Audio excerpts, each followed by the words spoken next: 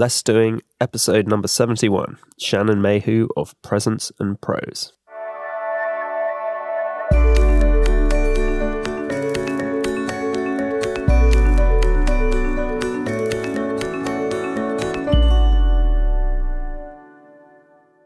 Welcome back, everybody. So thanks for tuning in. We had a little bit of a break last week because I was at the Mastermind Talks in Toronto, which was really amazing. At the time that I had signed up to go, I did not have my own mastermind group running at the time. It was just an amazing gathering of 120 entrepreneurs, which was really cool.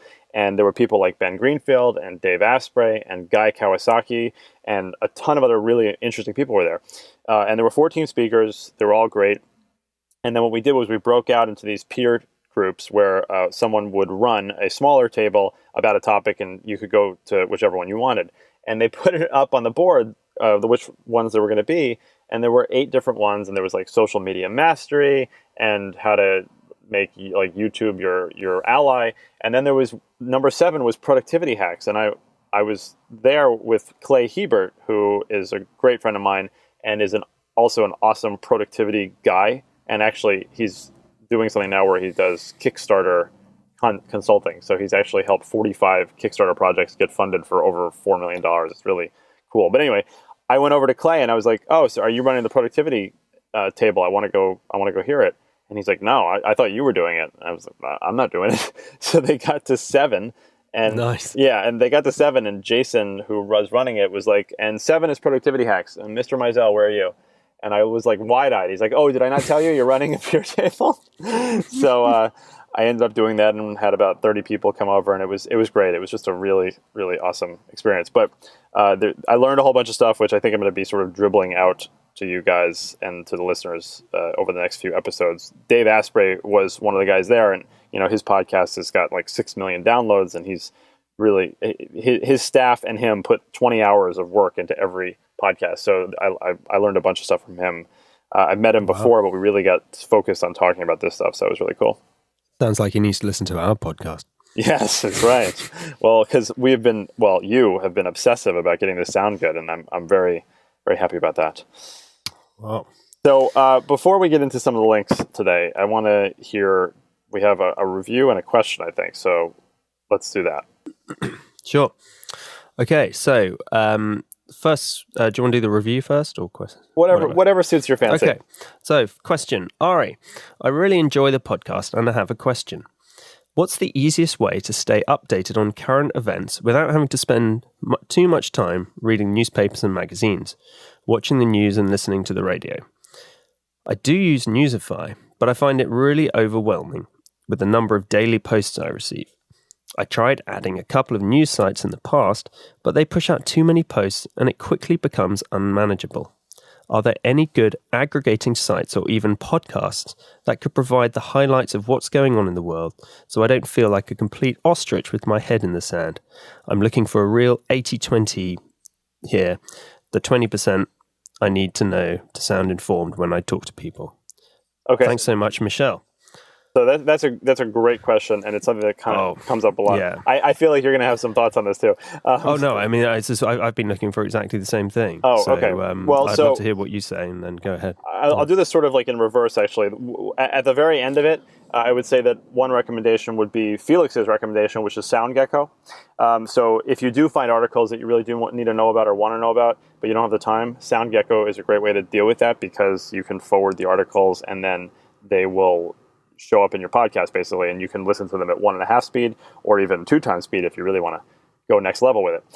But there are several newsletters and one podcast that I use that I recommend. So the podcast is the NPR News Hour, and it's very impressive actually. Every hour of the day, NPR puts out a 5-minute podcast with the news of that hour. Yeah. And it's amazing. I mean, if you literally can listen to it before you walk into a meeting or a cocktail party and be very well informed. Actually, it's surprising what they can get out in 5 minutes. So it's just a 5-minute long news hour. Yeah, it's a 5-minute podcast every hour. I mean, the production on this must be ridiculous. But every hour they do this podcast, it comes out on the hour, 5 minutes long, and that's great. Of course, I listen to that in 2.5 minutes now, and then you're good. And you get like world events. You get it's just really any current events or big things. And a lot of times, you know, it's so up to the minute because it's on the hour that you can get some pretty relevant and very, very recent information right before you need to use it. So that's the one podcast. Then there are just a few newsletters that I like. The first one is Quartz. So Quartz is a really great news service in general, but Quartz has a daily brief that they send out that really does give you a very, very good overview of what's going on for the day. And they also have a section called While You Were Sleeping. So you get a lot of like the European news and Asian news and sort of what happened while you were sleeping. So that's cool. Yeah, so the Quartz daily brief is great. Then the Daily Beast has their hit list. That's another one, which you can look on their website or you can get that by email. And it's usually 10 things. And they call it not their hit list, their cheat sheet. So it's the Daily Beast cheat sheet. And it's like, these are the 10 things you need to know to sound like you know what you're talking about, which is exactly what this person was asking about. And then the last one, which comes out later in the day, but gives you a lot more commentary and you can be much more informed, and it also has a much wider range, is called Next Draft.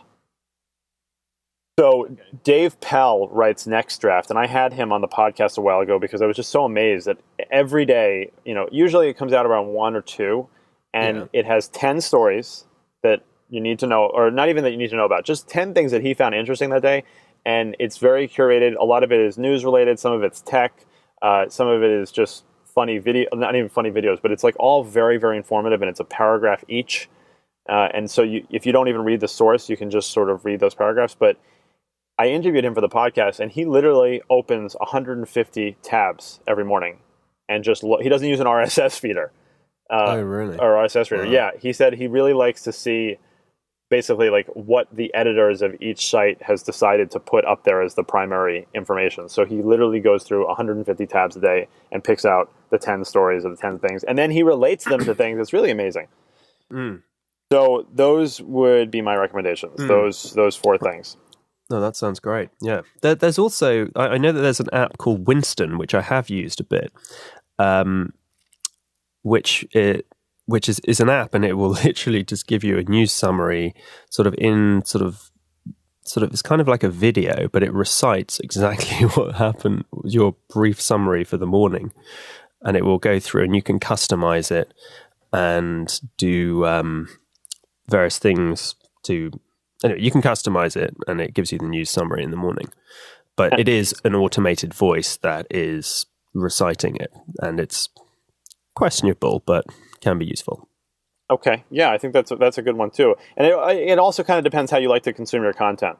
You know, obviously. Yes. So if you want to read it, then there's some of these sources. If you want to listen to it, if you want to watch it, then there's options for all of them. Oh, you know what? There is one more. I think it's Now This News. Yep, that's the one. So Now This News does videos, and they're basically, I think they're like 1 minute summary videos of the news. So that's a little bit more where you have to go in and sort of choose the topic you want to find out about. It's not going to give you an overall brief, but it's very, very quick. So for instance, like I'm looking right now on the site, and there's FBI arrests hundreds of child sex traffickers in annual crackdown. So that's, you know, a story that may or may not interest you, but you can watch the video giving you a really good overview in a minute.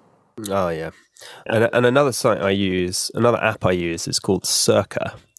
And with Circa, you can select stories and you can follow a story. So if you're interested in that news topic that you just mentioned, I could click follow, and then it will give me an update every time there's an update on that story. Right. Yeah. So make sure that. So I'm putting all mine in the show notes. Felix, make sure that you add those links that you mentioned as well. Yeah, that's to great. The show notes. I'm making a list right here. Cool. Well, Thank you, Michelle, for that question. Yeah. Okay. So for the review. Okay, Overworked Executive with Teenage Boys by an engineer in Massachusetts. I've been trying to use virtual assistants for quite a while, but with Ari's help, I've been able to successfully use Fancy Hands for a few months now. His suggestion to write a manual of how to work with me in Evernote, which I linked to each Fancy Hands task as needed, made all the difference. He has helped me take the ideas in Tim Ferriss's 4-Hour Workweek book and really get them implemented. Calls and other online tasks for my business are easily and quickly done by others. Keep up the great topics. Thank you very much. Yes, thank you. That's a great review. And again, as always, if you hear us read your review, get in contact with us through lessdoing.com and you will get your free Less Doing t-shirt courtesy of Zazzle. Awesome. Cool. All right. Well, so now I want to get into the links. The interview today is with Shannon Mayhew of Presence and Pose, which is a really cool blog. And we talk about learning and cognitive science and yoga and depression. And actually, we even cover Sesame Street because she was a researcher there. But before we get to all of that, there's some really cool stuff that I found this week. And one of this is like a little announcement. So I don't know if you saw this, Felix, but Fancy Hands implemented recurring tasks. Yes. What is this? Okay, so this is a big thing with virtual assistant services. And what you find with virtual assistants often, especially ones that offer like a lot of tasks or even unlimited tasks, which Fancy Hands doesn't anymore, but there'll usually be certain caveats or certain exceptions. So 15 minutes is usually how long a task can be. And a lot of times, like Zirtual used to do this, for instance, that you had to pay for a higher plan to have recurring tasks. And what that means is that you couldn't say to the assistant, oh, every Monday I want you to do this, and then you don't have to think about it anymore. Of course, that's easy enough to get around if you use something like IFTTT and you automatically send an email every week or you automatically, assign the task somehow. But now Fancy Hands can just have a recurring task, which is really great. And they'll actually warn you before they're going to do the task because, obviously it takes away from your possible task. But maybe you want them to check, for new Amazon reviews on your book every Monday, for example, or you want them to order new supplies for you for something that you can't find on Amazon Subscribe and Save every month, whatever it might be. But it just makes it simpler so you can have a recurring task. It's one less thing to think about. Oh, cool. Yeah. So the next thing I want to talk about is Dr. Sarah Gottfried's Entheos conference. So I had my Entheos conference a few months ago, and it went really great. And I actually had her on. And Dr. Sarah is really cool. She wrote this book called The Hormone Cure. She is just like so knowledgeable. And when we talked about hormone disruptors and endocrine disruptors and how to just get your hormones in line so that you can be happier and healthier and more productive. So she now has her Entheos conference coming up, which is an online, free virtual conference, and I am one of the speakers on it. And because of a lot of people don't know this, but my background is in green building and construction, so I had a lot to say actually with her about sort of environmental factors, and even made some correlations on the podcast or on the interview with her about how there may have been some relationship to the materials that I was exposed to and my diagnosis of Crohn's. Oh, wow. Yeah, so I mean, I was being like a hotshot idiot when I was 20, and I was, helping get rid of asbestos with my bare hands and really stupid stuff. So fortunately, there didn't seem to be any lasting effects, but you never know. All of that stuff can affect your gut, can affect your nervous system, and it has some effect. So anyway, not on a down note, but so Sarah's conference is coming up. There's a link to it in the show notes, and I just recommend everybody check that out. Cool. So next thing I want to talk about is a new device called the Vessel. Oh, are you not going to go to Bill Guard? No, I will. I'm just jumping around. Sorry, mate. Do you want me to stay in order? Would that help you? No, that's fine. That's fine. Go for it. Okay. Just carry on. So the next thing that I want to talk about is called the Vessel. And it's a new device that is available for pre-order right now. And I'm not sure how I feel about this actually, but it's a mug, and it knows what you're drinking and how much you're drinking. So it's like a hydration self-tracker. And I don't know about this. Hydration is an issue, and a lot of people don't drink as much water as they should. But do you really need a cup that's going to be like, oh, you had 1.2 cups of coffee today and 3.4 cups of water and this much juice? Or like, how much variety is there and that you need to track that? Wow. Well, I wonder, does your world's most connected man, does he have one of these? He's probably tested it. Actually, I'd have to ask him, but my guess would be no, because he's really about as complex as his tracking system are. In a way, he's really about simplifying, because he doesn't want to have to do anything. It all has to be running in the background. But also, I'm not sure how useful this information is. That's the thing. It's like, first of all, are you really going to be that person that's going to bring this around? And on the website, the 4 examples of drinks that they show are a Starbucks bottled mochaccino, a bottled soda, an iced tea, and a beer. So this is going to be the most disgusting cup ever. Oh my goodness! Wow. So I don't know. But isn't it automatic? Doesn't it do a lot of this, telling you what you had for you? No, it does. It does it completely automatically.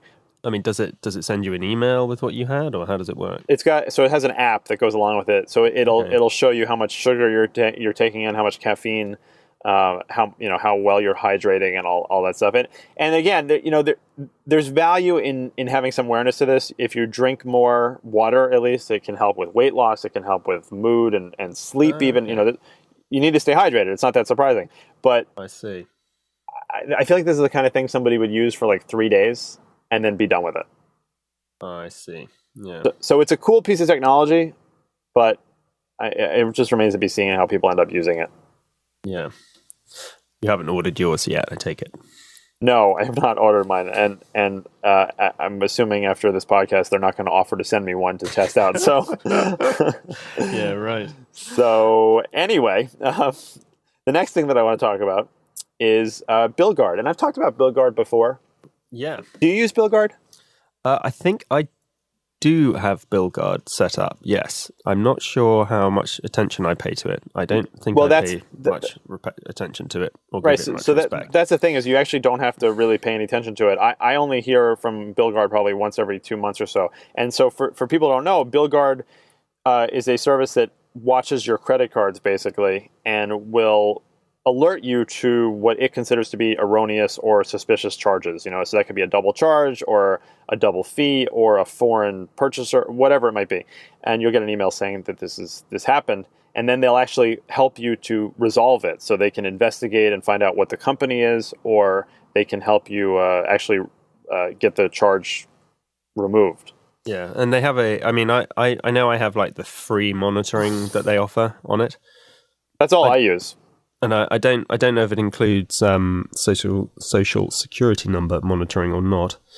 I don't think it does, but I think maybe the paid version does. I'm not sure, but I think it's a good thing. But the thing I was interested about is, I looked on the site and they seem to have an app, and it looks like it's competing with Mint.com.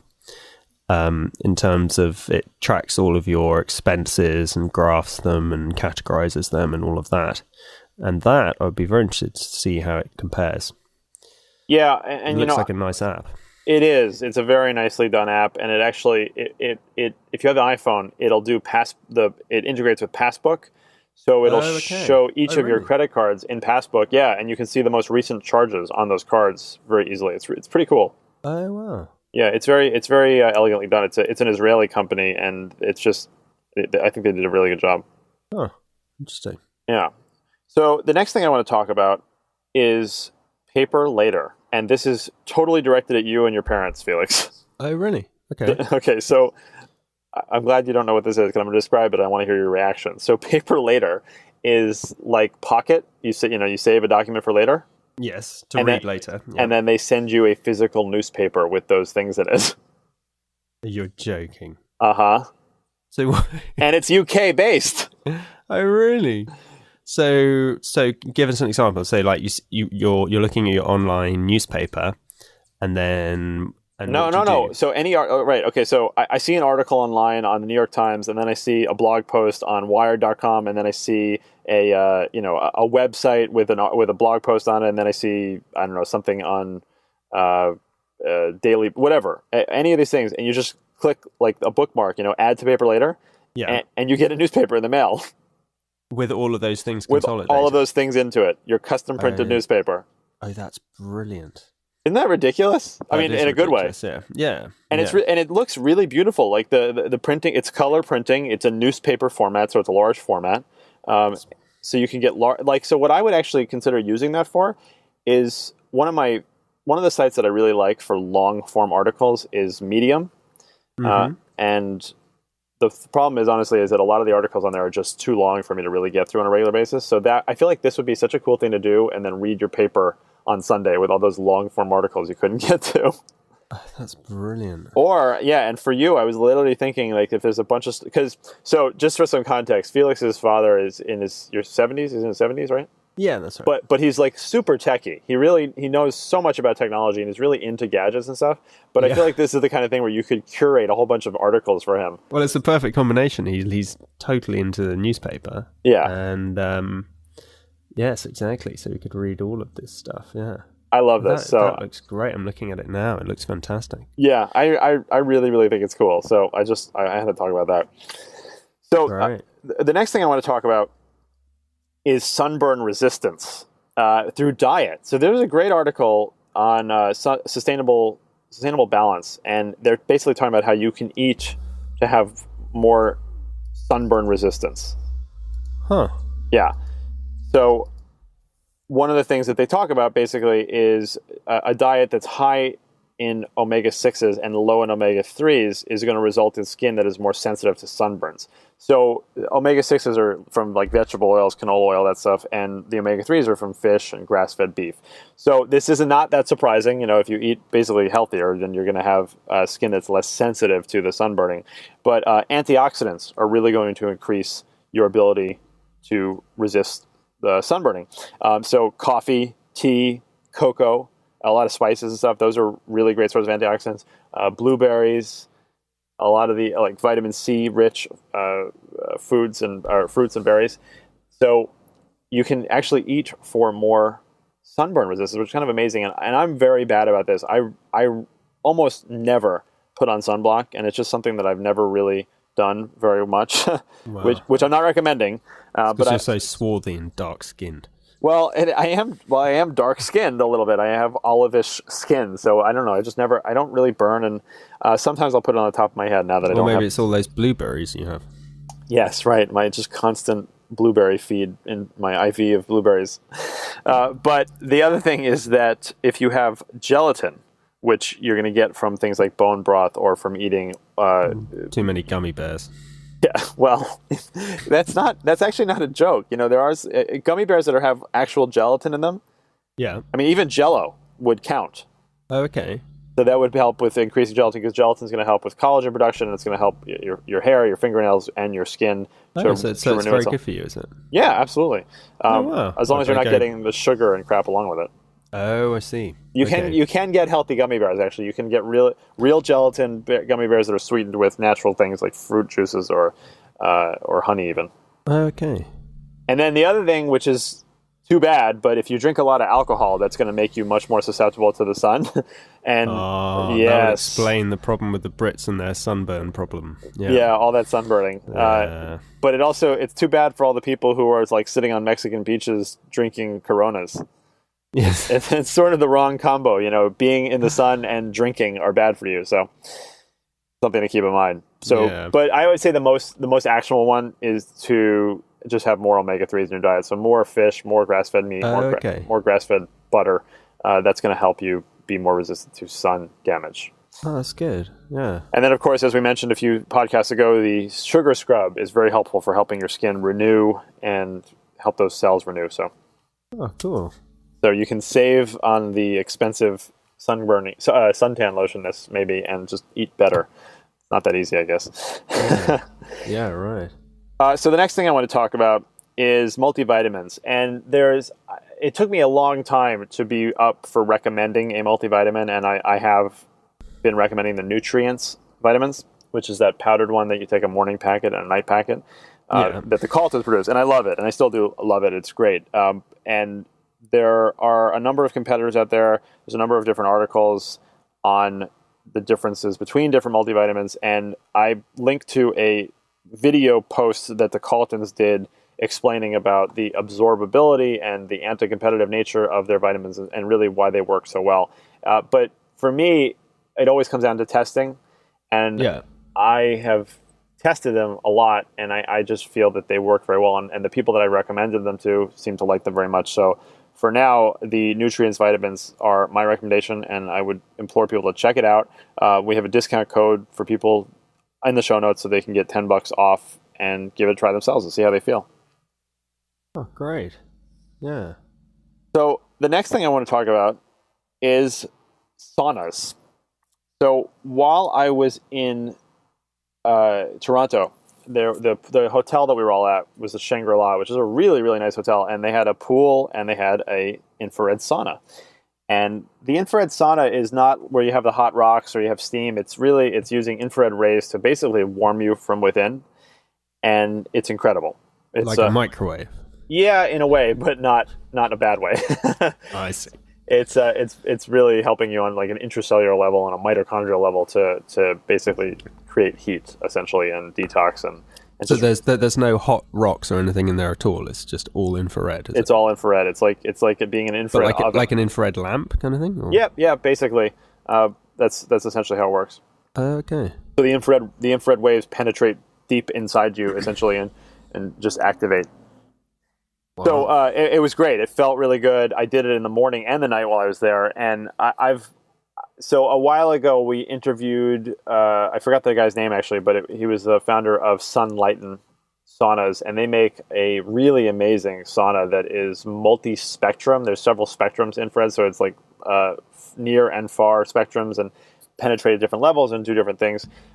And so first of all, we have a link in the show notes to Sunlighten because I think they actually have a discount for us, but not that people are going to be running out and buying $2,000 saunas, but you can get them for your home because they're infrared. They're much smaller, and I actually really want to do this because it just makes you feel so amazing. But the other article that I linked to is from Tim Ferriss's blog, and he interviewed this woman who is an expert on the ergogenic effects of heat exposure and hyperthermia, as it would be called.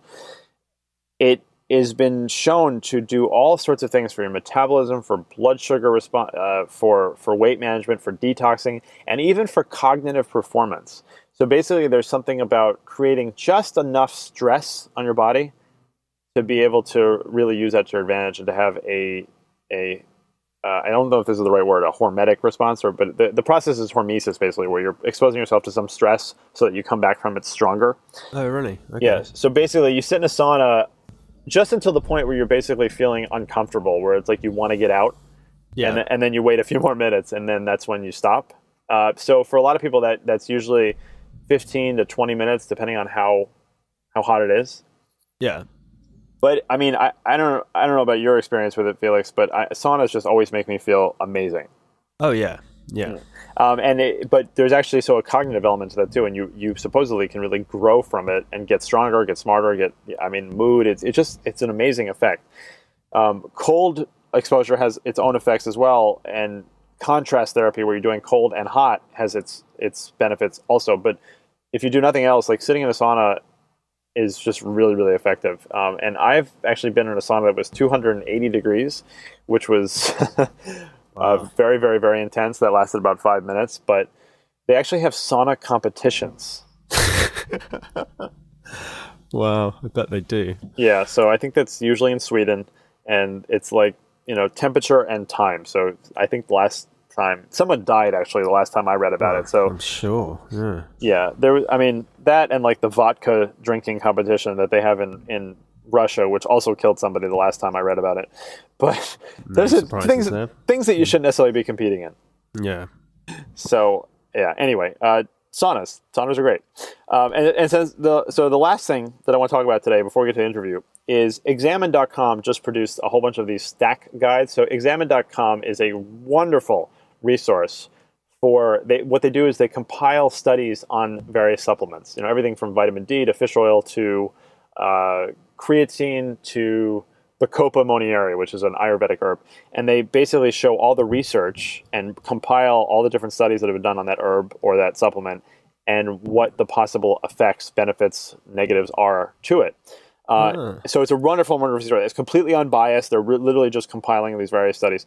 But they just released these stack guides. And the stack guides are basically the combinations of supplements you can use for the best effects for certain outcomes. So whether it's you want to have better sleep or better cognitive performance or better blood sugar management, and there are these 10 to 12 page PDFs that give you all of the supplements that you should be taking for that particular outcome and what they do and why. Okay, great. Yeah, so those just released, and we have a link to that as well in the show notes. Fantastic. So what I want to leave you with is, if you follow me on Instagram, which is I'm at Less Doing on Instagram, you can see a video of me doing a box jump onto the bar, yes. onto the bar at the Shangri-La Hotel bar. I was with Ben Greenfield and two other people, and I was completely sober. I hadn't had a drop to drink, and for some reason we were talking about going and doing some exercise, and Ben said, why don't we just do box jumps on the bar? And I said, well, okay, I'll do it. So Ben did a video of me doing a box jump onto the bar. The bartender was not too happy about it, but I did do it. So if you have a moment, I would check out that video because it's pretty funny. Oh, I can't wait to see it. I still haven't seen it. Oh, well, so you definitely have to go check it out. And Felix and I are working out tonight, so we're going to have a report for you because, Felix, I'm going to introduce you to the man maker tonight. Oh, God. So thanks, everybody, for listening in. And, as always, subscribe to the podcast on iTunes because you will get access to the podcast a couple days before it comes out on the blog. And, please keep leaving us reviews and feedback because we love it. All right. Thanks. Now I'm speaking with Shannon Mayhew, who is the blogger and inspiration behind presenceandpose.com, and a mother, a yogi, a neuroscientist of sorts that we're going to talk about. And it's really great to talk to you.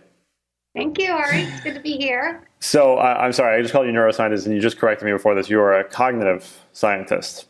That's right. So let's talk. So not actually doing brain scans myself, but working with people and trying to help find ways for them to learn. So how did you become a cognitive scientist? Let's start with that. What does that really entail? Okay. Well, I've always been fascinated with how people learn. And before getting into cognitive science research, I worked as a education researcher for Sesame Street. Yes. And I also did some freelance writing for the Learning Channel. And then I went to receive my master's degree in education from Harvard University, where I focused on neuroscience as well as technology.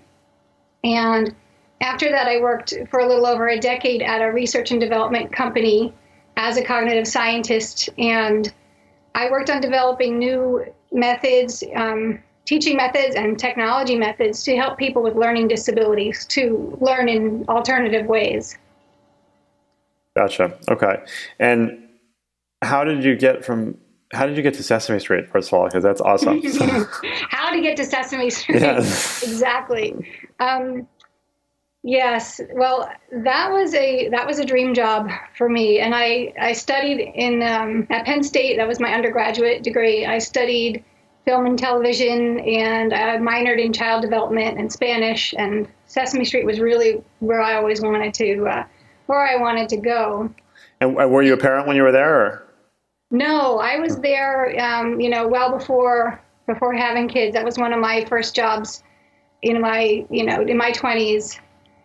And I just think it's really cool. Sorry. Yeah, and what we would do is take the show and go into daycare centers in the Bronx and show Sesame Street to the preschool kids there and try to find out what they were learning and whether or not the themes in the script were working for the kids. And then we would go and share these findings with the writers. So, and actually that ties in pretty, it kind of led me to where I am now in a lot of ways, because, I said that was really a dream job for me. And it was an exciting time. I was living in New York, and I was in a loving relationship. I had great friends, and we were going to parties in the TV industry, and it was really an exciting time.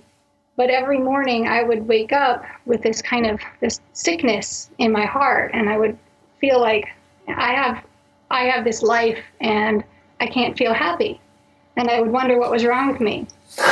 So every morning I would get up and I would just lay there in bed and I would say, you don't have to go through the whole day. All you have to do is just get in the shower. And so I would get in the shower, and then I would say to myself, all you have to do is get dressed. You don't have to do anything else. And I would get myself dressed, and then it would be, you only have to get on the subway, and that's all you have to do.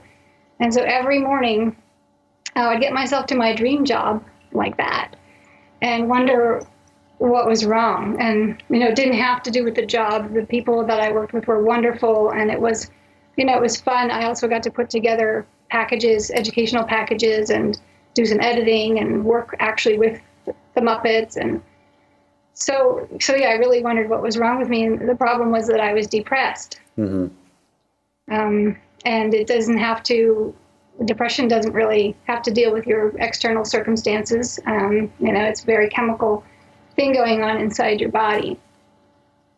So, and I had told you before about, we have a little bit of a similar background with healing digestive problems. I had irritable bowel syndrome for, most of my life. And at that time, it was really also causing me a lot of pain. So at some point, I found myself at a yoga class because I heard that yoga can help you with pain and deal with stress. And so I thought all of that would be good, helping me with what was going on a lot of levels. And with yoga, I learned how to relax the smooth muscles that line my gut and to stop that, that painful cycle of spasms, and started to feel better in my body. And then I started to make healthier choices about my life. And that's when I went and decided to be a full-time graduate student, because I was actually at NYU at the time, part-time, and adding more, just more stress. It was all good stuff, but, still stress. And so I went and just dove into my master's program. I went to Harvard, and so I moved. I left the city, and I got more sunshine and spent more time in nature, and just all these things that kind of snowballed together. Yeah, it all added up. I just felt better in my body. And then that's when I realized that feeling better in my body was what made all of those happy kind of thoughts and the feeling of gratitude become accessible to me, whereas before they weren't anywhere in reach. Gotcha. So, okay, well, there's a lot here. So I know, I'm really it's great. This is perfect. What is, well, stop me if we get into too many details or something, but basically, we agree that depression is definitely a chemical thing, and there's obviously, I think we can probably agree, there's a gut component to that too, because of all the neurons that we have in our digestive system and everything. Do you believe you ever sort of found the source of the cause of the depression? I think there are two things, and the one that I actually really thought up until recently, this because of the work I've been doing, with yoga, I thought that it was because, even though that was a very good job for me, that my soul kind of needed a little bit of a different path, and there was part of me that I wasn't listening to, and just needing to be outside more. I mean, that's a little bit of a, soul yearning, but also the very chemical parts of just getting more vitamin D and being with nature. Right. So I guess that's part of it. And I think I wasn't digesting my nutrients I was taking in. I wasn't eating all the greatest nutrients either. And so the chemical things that need to happen in your cells and create neuropeptides that can lead to, helping you feel happier. I wasn't probably having the right nutrients for that to happen. Okay. So when did you, obviously yoga was helpful, and yoga was helpful in my journey as well. How did the nutritional discovery kind of play into there? Well, I also started to go see a nutritionist at the same time I started yoga. So I really did an overhaul, too. And did that help or hurt? That's a good question. It's not necessarily always the answer. It helped. It helped because I did a cleanse and, was able to learn what my body, get better in touch with my signals from my body. Like this, I don't digest certain kinds of fats very well, and to stay away from those kinds of oils. Well, I'm curious, like what? Basically, like canola oil, butter, even just those kinds of fats. Avocados and seeds and nuts have been really good for me. Okay. And butter you don't do well with, so that's interesting to discover. So one of the things that you just brought up, which I'm always talking about, is about self-awareness. Mm-hmm. And I feel like, unfortunately, we get in these situations where these bad things sort of happen, or we start to go on a bad path or whatever, but it's so self-worsening, and everything you do that sort of makes it worse, makes it that much more worse, and you lose that self-awareness even more. And sometimes and this is the reason that I asked you if you identified the source in your mind, because sometimes just identifying cause and effect is really not only helpful, but empowering. Yeah. So. Yeah, absolutely. Go ahead. No, please.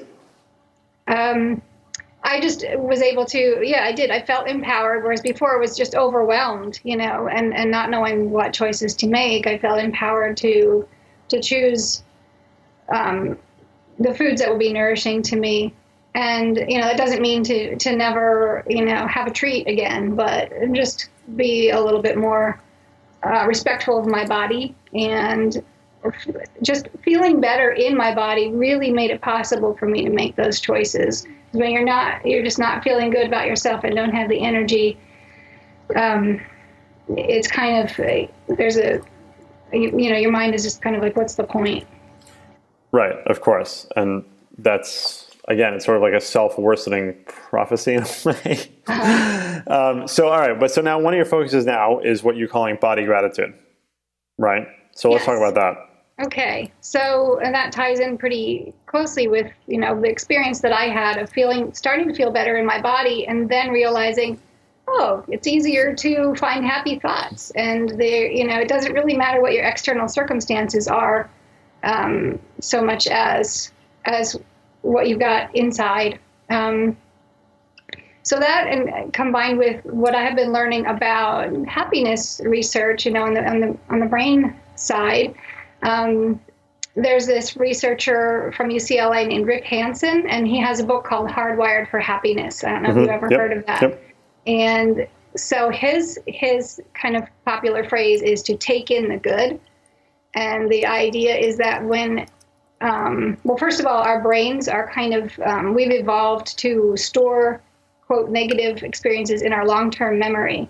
And that's for important reasons like survival, and, make sure to not sleep out where the saber-toothed tigers can get you and things like that. And so we remember negative experiences as a survival mechanism. The brain places less value on the positive experiences because they haven't been as much important to our survival, over time, evolutionarily. So his recommendation, and he's done brain scans and been able to show that when we experience something happy, and it doesn't have to be, winning the Nobel Prize or any huge peak moment, but just the little things during your day, like you're, see the smile on your child's face, or you're hearing the birds sing, little things, to take them in for about 15 to 17 seconds, to just really allow those things to make you feel happy and enjoy them, and just take that in for 15 seconds. So I found that to be a really great practice, and I've been combining that with what I've been doing in yoga with body awareness and being present, because I still feel like, these sweet things that happen throughout the day, sometimes it's all well and good to say, well, just allow yourself to feel happy about them. Right. But if you're not present, and this, if you're not present in your body, you can be distracted, or just, okay, I should feel happy, but I'm not feeling it. So my component is to add to that, using body awareness and presence, using your senses to help you take in the good through your senses. You're not using your brain so much as your body. Right. I mean, it's like telling someone, just act confident. It's not that simple. So, okay. Well, so then what are some actionable things that you have that you recommend people? I mean, you gave a couple examples, but sort of, or actually, why don't you tell us about like your daily routine a little bit, what you do to sort of maintain that level? Okay.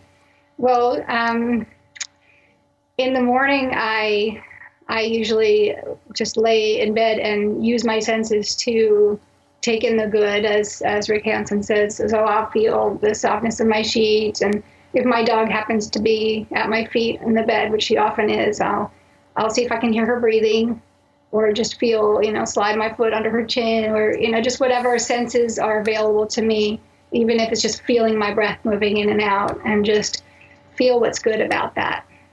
And a phrase that I use in yoga sometimes is, what's there to love here? And you can probably always find something to love. And sometimes the word love is more accessible to people than happiness. Sometimes gratitude is more resonant, or, presence. And they all kind of help bring you into your body and into your senses, and finding what's good about that. And then so I'll just allow myself to sort of just bask in that for a little while.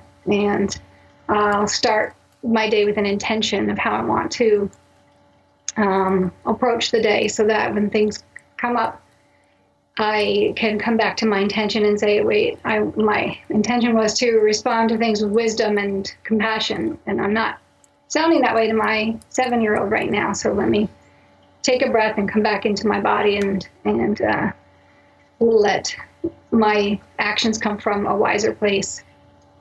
So, and then throughout the day, if I feel myself too much in my head, and, my path has been really a real cognitive path. So there's a lot of, reading all those scientific journals, and there's a lot of left brain stuff and a lot of thought activity. I have to remind myself to come back in my body. And I love poetry too. And I love Rumi, the Sufi poet. He says, let every footstep be like your feet kissing the earth. I'm not quoting him exactly, but it's something like that. And so I think of with my steps, just stepping mindfully with that sort of reverence, and just coming back to that throughout the day through different body awareness practices. So do you do training like this with people now? Yeah, I do. I'll work it into regular yoga classes, and I also do workshops, and we'll do activities at camps for kids. And, I also have another program that I've developed with a co-teacher, with a colleague of mine, Dee Gold. And it's for working with your challenging emotions, and also using body awareness, and using some cool neuroscience research about emotions in the brain and about body language and hormones. And so we kind of use yoga tools and combine it with those tools from neuroscience to help people process their emotions in a way that's healthy and empowering. And that's called the intention awareness method. And we do quarterly workshops in the DC area on that. Right. That sounds really amazing. It sounds like really good work to be doing. I want to shift gears back a little bit again, actually, to learning. And one of the things that I've found really important, and again, empowering and all sorts, all of those words that we've been using actually, is just sort of learning more about how the human body works and about myself. And sometimes there's resistance to it. So I'm trying to think how to phrase this question the right way. When you're trying to look at how different people learn, and especially with things that are, oftentimes when you meet somebody they become like a health guru, or they become some sort of guru, or they've had a just big transformation in their life, and then they kind of spread that gospel in a way. They usually have had some traumatic event in their life, whether it was an illness or a loved one who died or a car accident or something like that. And unfortunately, and I'm one of those people, it requires that experience to get them to change, to get them to learn from what happened, and to get them to move forward. Is there a way to sort of circumvent that process, and get people to see this and see the future self as themselves in a way? And I that's sort of a big question, but I'm just curious your thoughts. It's a great question. Really great question. Thank you. And I don't know that I guess I have thought of that before, because a lot of people whose books really have moved me, they've really gone through some major life-changing experience. But I have seen, as a yoga teacher, I've seen people over time, just sort of unfold in their practice and become, more themselves and go through this process just by coming to yoga and being dedicated to their practice. And, like as happened to me, even though I did have this depression that that led me there, but over time, just being more present in my body through yoga just helped me to slowly make all these, it wasn't as slow, but helping me to make all these changes. And I see that in some of my students, that they come and they might come to yoga for, because they're runners and their legs are really tight and they just want to stretch out their legs, or they have back pain, or they used to be an athlete and they haven't done anything in a while and they want to get more flexible. And so they come to yoga for those kinds of purposes, or just to relax, to learn how to relax. And then they realize that there's a whole, level available to them of their own development that starts to happen. So they may or may not have had some big event that led them to yoga, but I have found that, and it doesn't have to be yoga, but just finding a way to be more present in your body and practicing that, continue, just on a regular basis. And how does this translate into you as a parent? How do you instill this in your children? How old are your kids? 7 and 9. Okay. Yeah, and I have 2 girls, and I like that you said the younger one first. Most people I feel like most people work down, but that's good. Yeah, I don't know. She was the squeakier wheel this morning. Maybe she's more on my mind. That makes sense. Working with challenging emotions is just, as a parent, it's really saved me.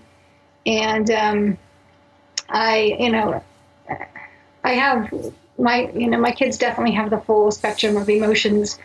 And I'm not saying that I handle it perfectly, but I think my practice has helped me since I'm working with trying to allow my emotions and not judge the quote negative ones as bad, and just look at them as energy and let them move, and expressing them in a healthy way, that I'm able to help model that for my kids. And in that work for me, I've been able to allow their challenging emotions too. So, especially my younger daughter, who has some more stronger emotions than her sister. And so, I think it's helped me to allow her to be herself and kind of coach her how to deal with them in a healthier way.